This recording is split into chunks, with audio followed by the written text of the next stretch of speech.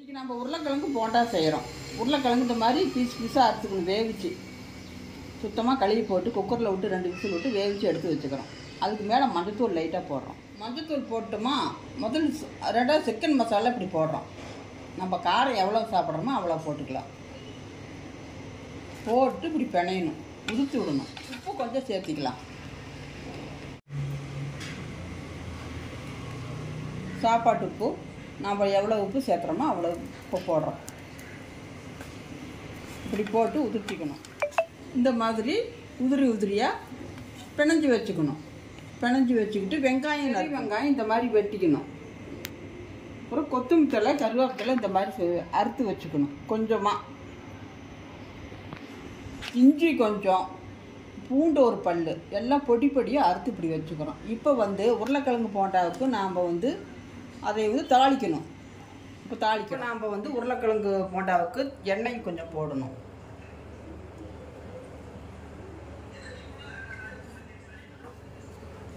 கடலைப்பருப்பு, உளுத்தம்பருப்பு, கொஞ்சம் கடுகு எல்லாம் இதில் போடுறோம்.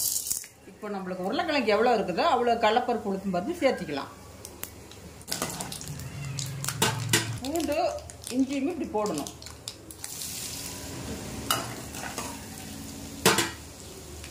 கடுகு பொரிஞ்சதுக்கு அப்புறம் பூண்டு, இஞ்சி போடுறோம். பூண்டு, இஞ்சி போட்டு கொத்தமல்லி தழை, கருவேப்பிலை இப்படி போடுறோம். வெங்காயம் போடுறோம். வெங்காயம் போட்டது இப்படி கிளறி விடணும்.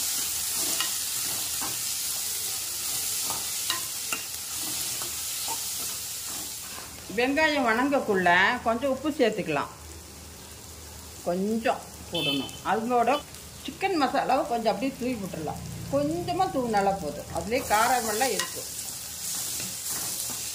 இப்போ எல்லாம் வெங்காயம் நல்லா வணங்கினது இந்த மசிச்சு வச்சுருந்த உருளைக்கிழங்கு போடுறோம். அடுப்பை சிம்பிள் வச்சுக்கணும்.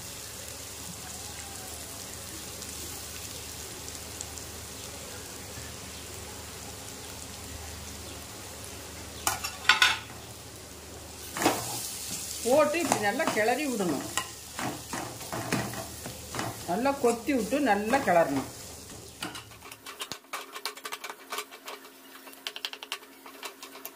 அடுப்பை ஆஃப் பண்ணிடலாம். நல்லா வணங்கிருச்சு.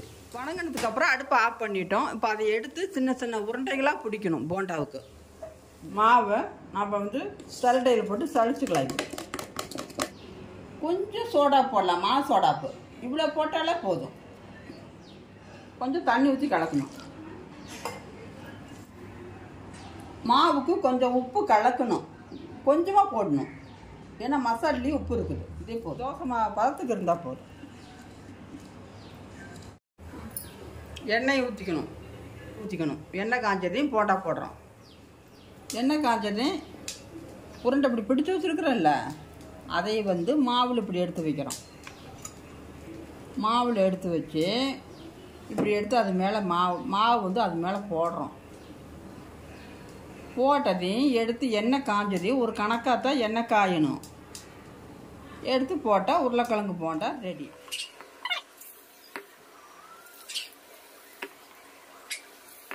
இந்த மாதிரி திருப்பி விடணும். திருப்பி விட்டால் தானே வேகும். அடுப்பு சிம்மில் வச்சிடணும். அதிகமாக அளவுக்கு பொன்னிறம் ஆனதை எடுத்துடணும். இந்த மாதிரி வெந்ததையுமே எடுத்துடணும். நம்ம நல்லா வெந்துருச்சு.